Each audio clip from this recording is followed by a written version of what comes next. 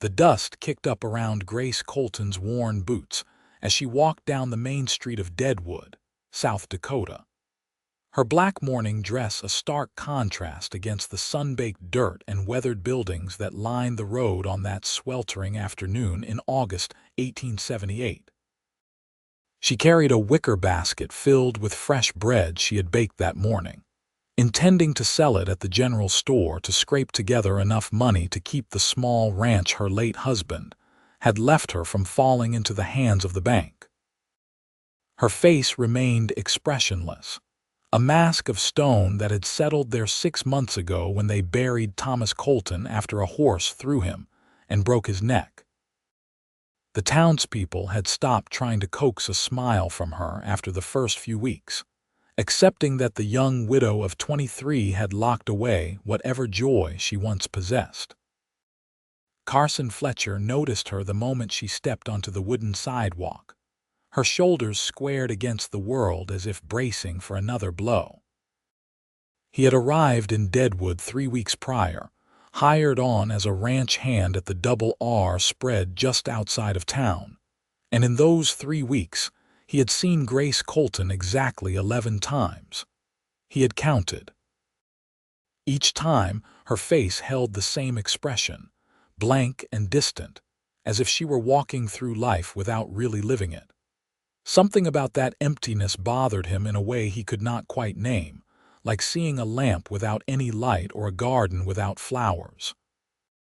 Carson was 26 years old, tall and broad-shouldered with sun-bronzed skin and dark hair that always seemed to need cutting.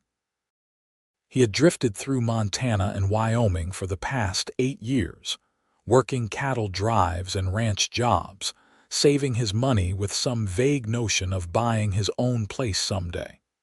He had never been one to settle in any town for long, but something about Deadwood felt different. Or perhaps it was something about the sad-eyed widow who walked past him without ever seeming to see him at all. "Afternoon, Mrs. Colton," he said, tipping his hat as she approached the general store. Grace glanced at him briefly, her gray eyes sliding past his face without really registering his features. "Good afternoon," she replied, her voice flat and automatic. Carson watched her disappear into the store, and he made a decision right then that would change both their lives. He was going to make that woman smile, not because he pitied her or because he thought she owed the world her happiness, but because something deep in his gut told him that Grace Colton had forgotten how to live, and maybe, just maybe, he could remind her.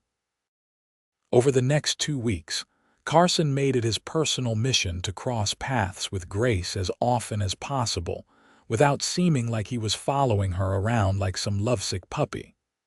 He learned her routines quickly enough. She came into town every Monday, Wednesday, and Friday, always in the morning when the sun was still climbing toward its zenith. She sold her baked goods at the general store, picked up any supplies she could afford, and sometimes stopped at the post office before heading back to her ranch. The first real conversation they had was on a Wednesday morning when Carson happened to be loading supplies onto his wagon right outside the general store. He had timed it perfectly, knowing she would be coming out any minute. "Those look mighty heavy, Mrs.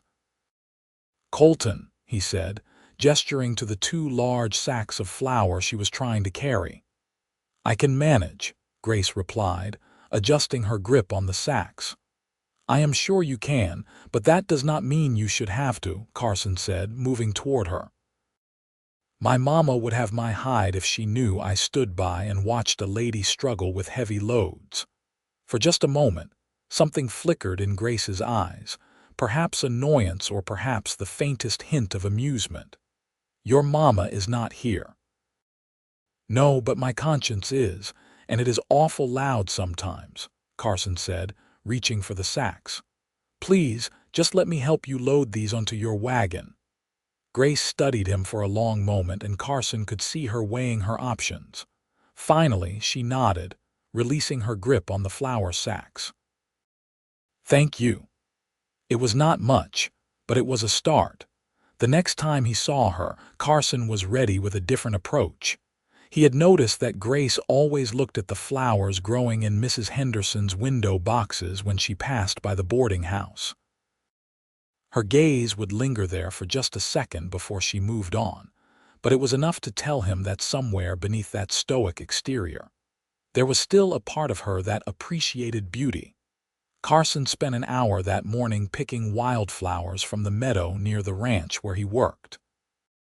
He got plenty of strange looks from the other ranch hands, but he ignored them, focusing on gathering the prettiest blooms he could find: purple coneflowers, yellow black-eyed Susans, and delicate white yarrow.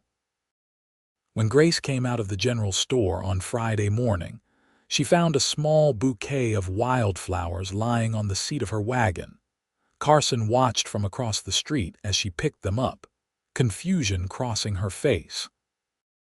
She looked around, clearly trying to figure out where they had come from, but Carson had positioned himself behind a water trough where she would not easily spot him. Grace stood there for several minutes, just holding those flowers, and Carson could have sworn he saw her fingers tighten around the stems as if she were holding on to something precious. She did not smile, but she did not throw them away either. She laid them carefully on the seat beside her and climbed up onto her wagon. It became a pattern. Every time Grace came to town, Carson left her small gifts. Sometimes it was flowers. Sometimes it was a particularly pretty stone he had found, and once it was a small carved wooden bird that he had whittled himself during the long evenings at the bunkhouse. Grace never acknowledged the gifts directly, but Carson noticed she always took them with her. He also noticed that she started to look around more when she came to town, as if trying to catch whoever was leaving her these small tokens. 4 weeks after Carson first decided to make Grace smile, he finally approached her directly at the church social. It was a Saturday evening, and the whole town had gathered for food and dancing. Grace had been standing off to the side, holding a cup of punch she had not touched, watching everyone else enjoy themselves with that same distant expression on her face. "Mrs. Colton," Carson said, walking up to her with as much confidence as he could muster. "Would you care to dance?" Grace looked at him as if he had just suggested they rob a bank together. "No, thank you. Come on now, it is just one dance," Carson pressed gently. "I said no," Grace replied, her voice firmer this time. "I know you did, but I figure I should at least give you the opportunity to say no 3 times before I accept it. That is just good manners," Carson said with a slight grin. "So, Mrs. Colton, would you care to dance?" "No." But this time, there was something different in her voice, a slight crack in that wall she had built around herself. "Last chance," Carson said, extending his hand toward her. "Would you do me the honor of one dance?" Grace stared at his outstretched hand for so long that Carson thought she might just walk away. But then, to his absolute surprise, she set down her untouched punch and placed her hand in his. The fiddle player struck up a slow waltz, and Carson led Grace onto the makeshift dance floor. He could feel how stiff she was, how she held herself as if she might shatter at any moment. He kept a respectful distance, his hand light on her waist, and simply moved her slowly to the music. "Thank you," he said quietly, "for taking a chance on a persistent cowboy."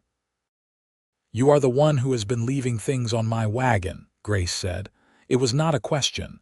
"Guilty as charged," Carson admitted. "I hope you did not mind." "I should have," Grace said. "It was presumptuous." "But did you?" Grace was silent for a moment as they turned slowly across the floor. "No," she finally admitted. "I did not mind." They finished the dance in silence, but when Carson led Grace back to where she had been standing, he thought he saw the tiniest softening around her eyes. "Good night, Mrs. Colton," he said, tipping his hat. "Good night, Mr. Fletcher," Grace replied, and Carson's heart jumped at the realization that she knew his name. After that night, things began to change more noticeably. Grace still did not smile, but she started to acknowledge Carson when she saw him. She would nod in his direction or say good morning if they passed each other on the street. It was not much, but to Carson, it felt like a victory. One morning in early September, Carson was at the general store picking up supplies when he overheard Grace talking to Mr. Peterson, the store owner. "I am sorry, Mrs. Colton, but I just cannot extend any more credit," Mr. Peterson was saying, his voice apologetic but firm. "You still owe $12 from last month, and with the bank breathing down everyone's necks about payments, I just cannot risk it." "I understand," Grace said, her voice tight. "I will pay you what I owe by the end of the week. I just need a little more time for the rest." Carson could see the pride in the set of Grace's shoulders, the way she refused to beg even though he could tell she was desperate. After she left the store, Carson approached Mr. Peterson. "How much does she need?" Carson asked. Mr. Peterson looked uncomfortable. "Now, Mr. Fletcher, I do not think that is any of your business." "How much?" Carson repeated, pulling out his wallet. $27 total would settle her account and get her the supplies she was trying to buy, Mr. Peterson said reluctantly. Carson counted out $30 and laid it on the counter. "This covers her debt and what she needed today. You can bring the change to me later." "And Mr. Peterson, she does not need to know about this." "She will want to know who paid her account," Mr. Peterson protested. "Then tell her it was an anonymous benefactor," Carson said firmly. "Please." Mr. Peterson shook his head but took the money. "You are going to get your heart broken, son. That woman has locked hers away tight." "Maybe," Carson agreed. "But it seems to me that a heart locked away is still a heart, and that means there is hope." News traveled fast in a small town, and within 2 days, Grace had figured out that Carson was behind the payment of her debt. She showed up at the Double R Ranch on a Thursday afternoon, her jaw set with determination, riding an old bay mare that had seen better days. Carson was mending a fence when he saw her approaching. He straightened up, wiping the sweat from his forehead, and watched as she dismounted and walked toward him. "Mrs. Colton," he said, trying to sound casual, "this is a surprise." "I know what you did," Grace said without preamble. "Mr. Peterson would not tell me directly, but Mrs. Henderson saw you at the store that day, and the timing was too convenient to be coincidental." Carson set down his tools and faced her directly. "All right, so you know. What of it?" "You had no right," Grace said, and Carson could hear the tremor of emotion in her voice. "I do not need your charity, Mr. Fletcher. I do not need anyone's pity." "Good, because I was not offering either," Carson replied calmly. "What I did was help out a neighbor who was in a tough spot." "That is what people do in these parts, or at least, that is what they should do." "I cannot pay you back right now," Grace said, and Carson could see how much it cost her pride to admit that. "Did I ask you to? You should. That was a lot of money." "It was my money to spend how I saw fit," Carson said. "And I saw fit to spend it on someone who needed help. There are no strings attached, Mrs. Colton. I am not expecting anything from you." Grace stared at him, her gray eyes searching his face as if trying to find some hidden motive, some trick waiting to spring itself on her.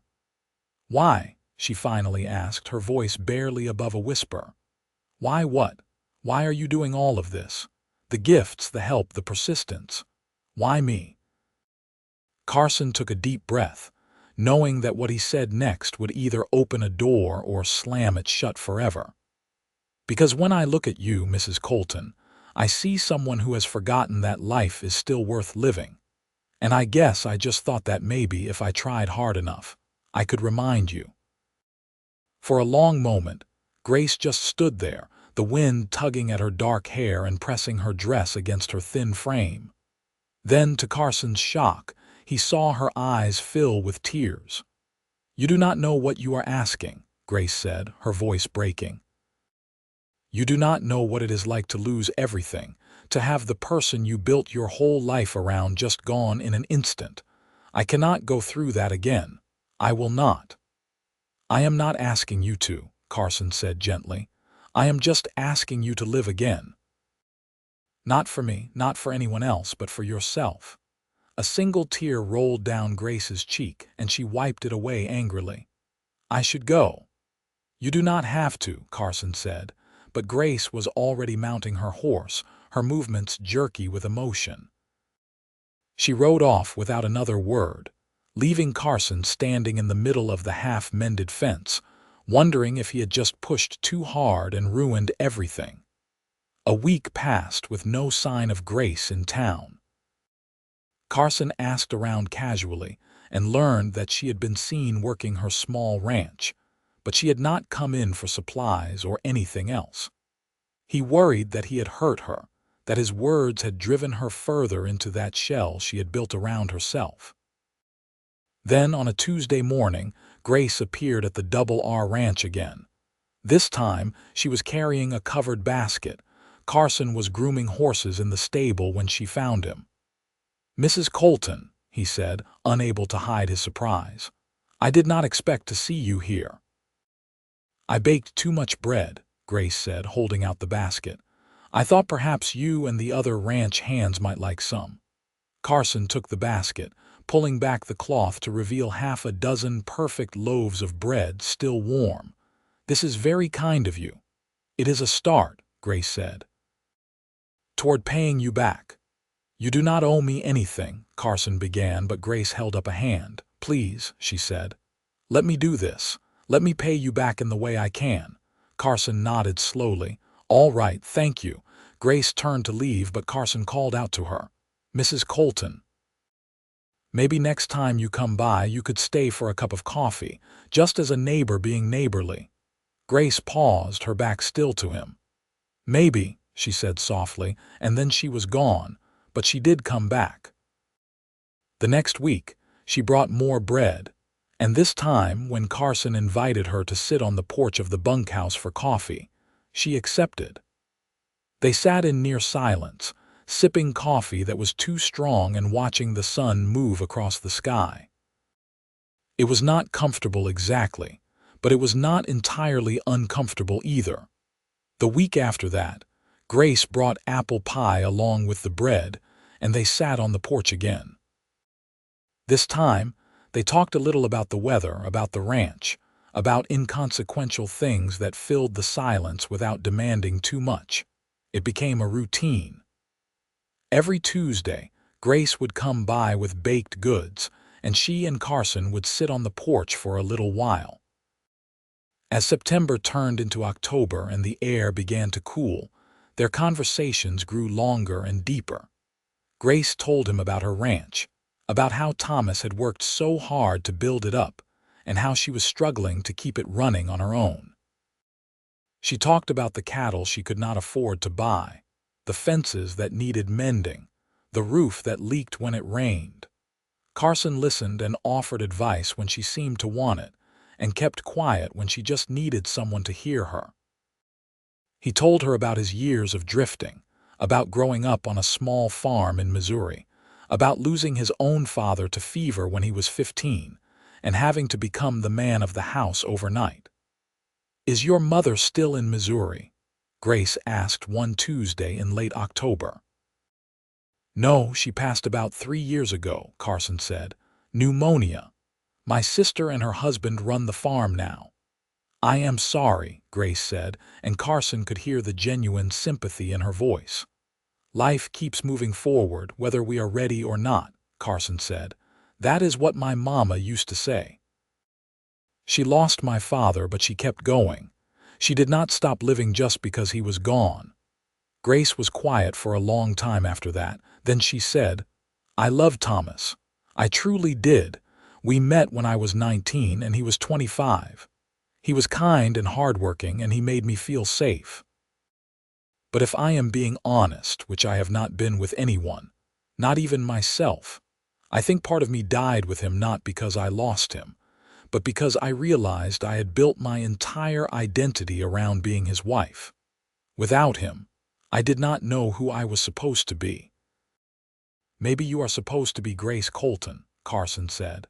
Not Thomas's wife, not anyone's widow, just Grace. And maybe that is enough. Grace looked at him then, really looked at him, and something shifted in her expression. When did you become so wise, Mr. Fletcher? I have always been wise, Carson said with a small smile. You just have not been paying attention. And then, for the first time since Thomas had died, Grace's lips curved upward in the barest hint of a smile. It was small, barely there, and it disappeared almost as quickly as it came, but it was real and it was there. Carson felt his heart stutter in his chest. Was that a smile I just saw? Grace's expression returned to neutral, but there was a new light in her eyes. I do not know what you are talking about. I think you do, Carson said, grinning now. I saw it. You smiled.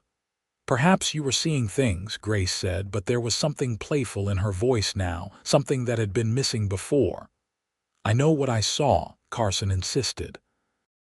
And I am counting it as a victory. You are insufferable, Grace said, but the words lacked any real heat. I prefer to think of myself as persistent, Carson replied. After that day, things changed between them in ways both subtle and profound. Grace still wore her black mourning dress, still had moments when the grief would wash over her face like a shadow, but those moments came less frequently.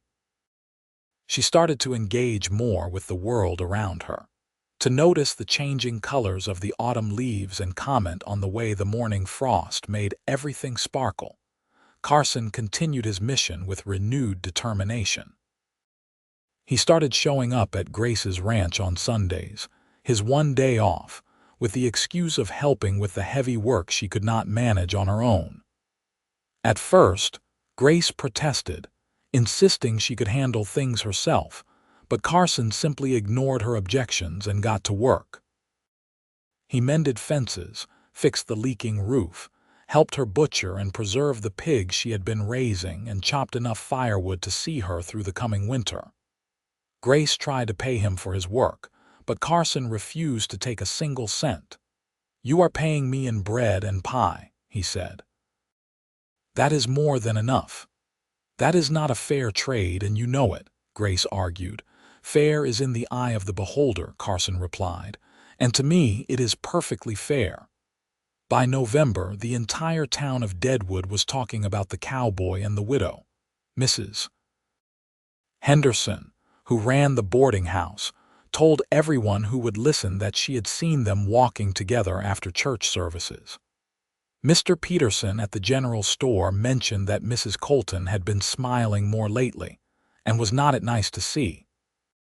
Even the preacher, Reverend Thomas, commented from the pulpit about the healing power of Christian fellowship and community support, while looking meaningfully in Grace and Carson's direction. Grace was aware of the talk, and it made her uncomfortable at first. She had grown so used to being invisible, to moving through town like a ghost, that being the subject of gossip felt intrusive. But Carson seemed completely unbothered by the attention. Let them talk, he said when Grace mentioned it to him. Small towns always need something to gossip about. At least this is something positive. It makes me feel like I am betraying Thomas, Grace admitted one Sunday afternoon. They were sitting on her porch, drinking coffee and watching the sun sink lower in the sky. Carson was quiet for a moment, choosing his words carefully. Can I ask you something? You can ask. If the situation were reversed, if you had been the one who died, would you have wanted Thomas to spend the rest of his life alone and miserable? Grace considered this. No, she said slowly. I would have wanted him to be happy. Then why are you holding yourself to a different standard? Carson asked gently. Why is it betrayal for you to find joy again, but it would not have been betrayal for him? Because I am the one who is still alive, Grace said, her voice catching. I am the one who gets to see the sunrise and taste good food and feel the wind on my face. He does not get any of that anymore. It feels wrong for me to enjoy those things when he cannot. Grace, Carson said, and it was the first time he had used her first name. Thomas is gone. That is a tragedy, and I am not trying to diminish that. But you are still here. You are still alive. And spending your life in mourning does not honor his memory. It just means that instead of one life lost, there are two. Tears were streaming down Grace's face now, but she did not try to hide them. I do not know how to let go. You do not have to let go, Carson said, reaching across the space between them to take her hand. You just have to make room for something new alongside what was. The past and the future can coexist, Grace. One does not have to erase the other. Grace looked down at their joined hands, at the way Carson's calloused fingers wrapped around hers with such gentle strength. I am scared, she whispered. I know, Carson said, but you are also brave. You have been surviving on your own for months now, keeping a ranch running, refusing to give up even when things got hard. That takes courage. This is just another kind of courage. They sat like that for a long time, hands clasped, watching as the sky turned from blue to pink to purple. When the first stars appeared, Carson finally stood to leave. I will see you Tuesday, he said. Carson, Grace called as he was about to mount his horse. Thank you. For what? For being persistent, Grace said. For not giving up on me, Carson smiled. I could not have given up on you even if I had wanted to, and I never wanted to. As winter approached and the first snow began to fall, Grace found herself thinking about Carson more and more. She thought about the way he laughed, deep and genuine. She thought about the way he looked at her, as if she were the most interesting person in the world. She thought about the way her heart beat a little faster when she heard his voice. It terrified her. One evening in early December, Grace stood in front of the small mirror in her bedroom and stared at her reflection. The black morning dress that had been her armor for the past 10 months suddenly felt like a prison. She thought about what Carson had said, about making room for something new alongside what was, and she made a decision. The next day, Grace went to the dressmaker and ordered a new dress. Not black, but a deep blue that reminded her of the evening sky. It would take a week to make, the dressmaker said, and Grace said that was fine. She could wait. When she came to the Double R Ranch that Tuesday, Carson immediately noticed something different about her. She seemed lighter somehow, as if some invisible burden had been lifted from her shoulders. You are smiling, he said, amazed. I suppose I am, Grace replied, and her smile widened. They sat on the porch as usual, but this time Grace moved her chair a little closer to Carson's. I have been thinking, she said, about what you said, about making room for the future. And Carson prompted, hardly daring to hope. And I think I would like to try, Grace said. I do not know what that looks like exactly or how to do it, but I want to try. Carson reached for her hand again, and this time Grace did not just let him hold it. She squeezed back. We will figure it out together, he said. Together, Grace repeated, testing the word. I like the sound of that. As December continued and Christmas approached, Carson and Grace spent more and more time together. They went for walks around her property, talking about everything and nothing. Carson taught her how to play poker, and Grace taught him how to make her famous apple pie. They read together in the evenings, sitting by her fireplace, each with their own book but sharing the comfortable silence. It was during one of those evenings that Carson finally gathered the courage to tell Grace how he really felt. They had been sitting quietly for over an hour when he set down his book and turned to face her. Grace, I need to tell you something. Grace marked her place in her book and gave him her full attention. What is it? I am in love with you, Carson said simply. I have been for a while now, maybe since the first time I saw you walking down the street in town, looking like you were carrying the weight of the world. I know it is soon, and I know you might not feel the same way, but I needed you to know. I am in love with you, and I want a future with you if you will have me." Grace's eyes filled with tears, but this time they were not tears of grief. "I am in love with you too," she said, her voice trembling. "It scares me how much I love you. When I am with you, I feel alive in a way I have not felt in so long. You make me want to embrace life again, to believe in happiness again." Carson moved from his chair to kneel in front of her, taking both her hands in his. "Then embrace it, Grace. Embrace life. Embrace happiness. Embrace us." Grace leaned forward and kissed him, soft and tentative at first, then deeper as Carson wrapped his arms around her and pulled her close. When they finally broke apart, both were breathing hard, and Grace was laughing through her tears. "I love you," she said again, as if testing how it felt to say the words out loud. "I love you too," Carson replied. "And I am going to spend the rest of my life making sure you never forget how to smile."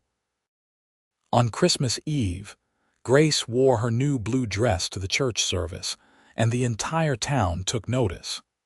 The transformation was remarkable, not just in her clothing but in her entire demeanor.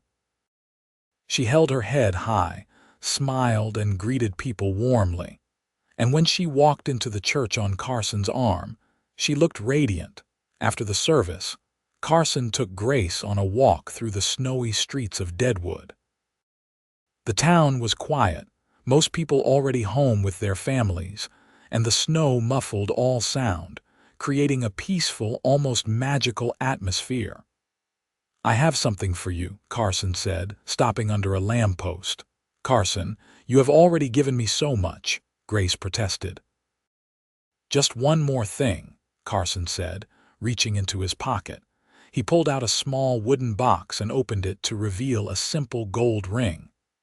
"Grace Colton, I know we have not been courting for very long by conventional standards, but I have never been more sure of anything in my life. I want to spend every day making you smile. I want to build a life with you, to combine your ranch with the one I have been saving to buy, to wake up next to you every morning and fall asleep beside you every night. Will you marry me?" Grace stared at the ring, then at Carson's hopeful face, and she felt a surge of joy so powerful it almost knocked her over. "Yes," she said, laughing and crying at the same time. "Yes, Carson, I will marry you." Carson slipped the ring onto her finger and pulled her into a kiss that left them both breathless. When they broke apart, Grace was smiling so widely her face hurt. "Look at that," Carson said, grinning. "I finally got you to smile." "You did more than that," Grace said. "You taught me how to live again." They were married in February of 1879, in a simple ceremony at the Deadwood church. Grace wore a new dress in pale cream, and Carson wore his best suit, which he had purchased specially for the occasion. The entire town turned out for the wedding, happy to celebrate the union of the persistent cowboy and the widow who had learned to smile again. Carson sold his few possessions and moved on to Grace's ranch, which they immediately began to improve and expand. With Carson's savings and both of them working together, they were able to buy more cattle, repair and improve all the buildings, and make the ranch profitable again. But more than the material improvements, it was the joy that returned to the little ranch that made the biggest difference. Grace sang while she worked in the garden. Carson whistled while he mended fences. They laughed together over meals, made plans for the future, and fell more deeply in love with each passing day. In the evenings, they would sit on the porch they had rebuilt together, Grace tucked under Carson's arm, watching the sun set over the Black Hills. Sometimes Grace would think about Thomas, about the life they had shared, and she would feel a pang of sadness. But it was a gentler sadness now, tinged with gratitude for what they had shared rather than bitterness over what was lost. "What are you thinking about?" Carson would ask when he noticed her grow quiet. "Just remembering," Grace would say, "but also looking forward." That seems like a good balance, Carson would reply, kissing the top of her head.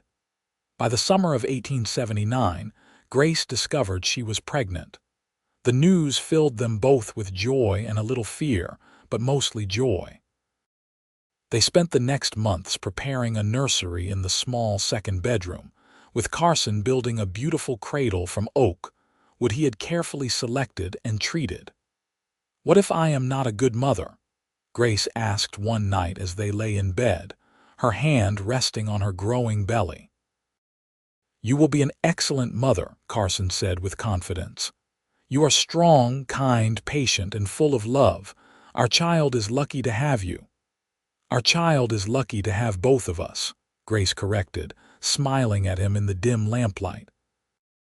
In February of 1880, exactly 1 year after their wedding, Grace gave birth to a healthy baby boy. They named him Thomas Carson Fletcher, honoring both the past and the future. Grace held her son and wept, but these tears were different from the ones she had shed in the dark days after Thomas Colton's death.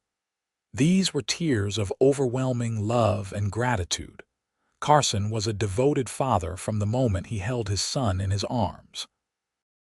He would wake up in the middle of the night to help with feedings, would pace the floor for hours soothing the baby when he was fussy, and would sit for long stretches just watching his son sleep, marveling at the miracle of this new life.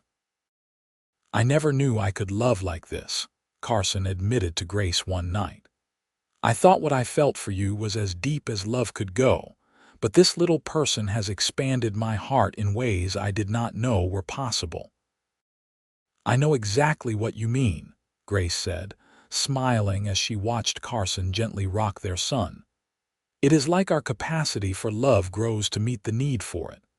As young Thomas grew, the ranch continued to thrive. Carson and Grace worked hard, but they also made time for joy and for each other. They taught their son to ride before he could barely walk, to respect the land and the animals, to work hard but also to appreciate beauty and laughter. When Thomas was 2 years old, Grace became pregnant again, and this time she gave birth to twin girls. They named them Sarah and Emma, and the ranch house rang with the sounds of children laughing and playing.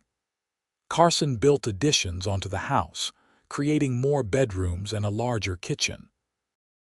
Grace started a vegetable garden that became the envy of the county, and she taught her daughters to bake, passing on the skills that had once kept her solvent in her darkest days. The years passed, marked by seasons and growth. Thomas grew into a serious, thoughtful boy who loved working with his father and caring for the animals. Sarah was wild and adventurous, always climbing trees and exploring the far corners of the ranch. Emma was quiet and artistic, filling the house with drawings and spending hours watching the clouds change shape in the sky. Grace and Carson's love only deepened with time. They had their disagreements, of course, as all couples do, but they had learned early on to talk through their problems, to be honest with each other, and to never go to bed angry. On their 5th anniversary, as they sat on their porch watching their children play in the yard, Carson said, "Do you remember when you told me you did not know who you were supposed to be without Thomas?" "I do," Grace said, leaning against his shoulder. "Who do you think you are now?" Carson asked. Grace was quiet for a moment, considering. "I am a mother. I am a rancher. I am your wife. But more than any of those titles, I am Grace Fletcher, and I am happy. I am someone who survived grief and came out stronger on the other side. I am someone who learned that loss does not have to be the end of the story, that there can be new chapters full of love and joy. I am someone who smiles every single day, thanks to a persistent cowboy who refused to let me disappear into my sadness. And I am someone who found his home and his heart in a widow who thought she would never smile again," Carson said, pulling her close. "We make quite a pair, do not we?" "The best pair," Grace agreed, turning to kiss him. As the sun set over their ranch, painting the sky in shades of gold and pink, their children ran through the yard, chasing fireflies and laughing with the pure joy that only children possess. The cattle lowed peacefully in the distance. A gentle breeze carried the scent of grass and wildflowers. And on the porch, Grace and Carson held each other, grateful for the journey that had brought them here, grateful for the love they had found, and grateful for the life they had built together. 20 years after Carson first saw Grace walking down the street in Deadwood, her face a mask of grief, they celebrated their anniversary surrounded by their children and grandchildren. Thomas had married a sweet girl from town and had given them 2 grandchildren already. Sarah had moved to Rapid City to become a teacher but came home often, usually bringing some new beau to meet the family. Emma had married a rancher from a neighboring spread and was expecting her first child. The ranch had grown significantly over the years, becoming one of the most successful in the region. But more impressive than their material success was the warmth and love that permeated everything they did. Ranch hands who came to work for them often stayed for years, drawn by the fair treatment and genuine kindness they received. Neighbors knew they could count on the Fletchers in times of trouble. And everyone in Deadwood told stories about the legendary love between Carson and Grace, about how a persistent cowboy had wooed a grieving widow and won not just her heart but her smile. Grace was 53 years old now, her hair showing streaks of silver and fine lines creasing the corners of her eyes and mouth. But those lines came from laughter and smiles, not sorrow. She was happy in a way she had never imagined possible during those dark months after Thomas Colton's death. On quiet evenings, when the children and grandchildren had gone home and it was just her and Carson again, they would still sit on that porch, holding hands and watching the sun set, just as they had done for over 2 decades. "You ever regret it?" Grace asked one such evening. "Do you ever wish you had found someone younger, someone without so much baggage?" Carson turned to look at her, his eyes still as full of love as they had been the day he first asked her to dance. "Grace Fletcher, you are the love of my life. Every single moment of persistence was worth it. Every gift I left on your wagon, every Sunday I spent fixing your fences, every Tuesday we sat on that bunkhouse porch, it all led to this, to us, to our family, to a life so full of love and joy that sometimes I have to pinch myself to believe it is real. Regret, never gratitude, every single day." Tears filled Grace's eyes, but she was smiling through them. "I love you, Carson Fletcher. I love you too, Grace Fletcher, and I always will." As the stars began to appear in the darkening sky, Grace thought about the long journey she had traveled. She thought about the young widow who had walked through Deadwood with a heart of stone, convinced that her capacity for joy had died along with her first husband. She thought about the persistent cowboy who had seen through her grief to the woman underneath, who had refused to give up on her even when she had given up on herself. She thought about the smile she thought she would never find again, and how Carson had made it his mission to give it back to her. He had succeeded beyond either of their wildest dreams, giving her not just a smile but a reason to smile every day, a life full of purpose and love and laughter. The past would always be a part of her. Thomas Colton would always have a place in her heart, in her memories, in the lessons she had learned from their time together. But her life was so much bigger than her loss now. It encompassed Carson, their children, their grandchildren, their ranch, their community, and all the small daily joys that made life worth living. Grace stood up and extended her hand to Carson. "Dance with me." Carson raised his eyebrows. "Right here, right now. There is no music." "We do not need music," Grace said, pulling him to his feet. "We have each other. That is all we have ever needed." And so they danced on their porch under the stars, moving slowly to a rhythm only they could hear, their bodies fitting together perfectly after so many years of practice. Inside the house, lamps glowed warmly in the windows. In the distance, an owl hooted. The horses shifted in the stable. Life continued its eternal cycles all around them. But in that moment, there was only Carson and Grace, the persistent cowboy and the widow who had learned to smile again, still in love, still grateful, still dancing through life together. "Thank you," Grace whispered against Carson's chest. "For what?" he asked, though he already knew. "For everything. For seeing me when I was invisible. For refusing to accept my grief as permanent. For making it your mission to make me smile. For loving me so completely that I learned to love myself again. For giving me a future when I thought I only had a past. For everything." Carson held her tighter, his heart so full he thought it might burst. "Thank you for letting me. Thank you for taking a chance on a persistent cowboy who did not know how to give up. Thank you for building this beautiful life with me. Thank you for every smile, every laugh, every moment of joy. Thank you for being my home." They stood there in the darkness, holding each other as they had done countless times before and would do countless times again.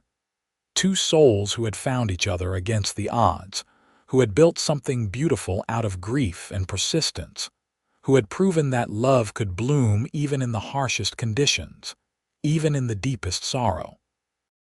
Grace lifted her face to Carson's, and he kissed her, gentle and sweet, a kiss that held all the promise of tomorrow and all the memories of yesterday, a kiss that spoke of love that endured and grew stronger with each passing year.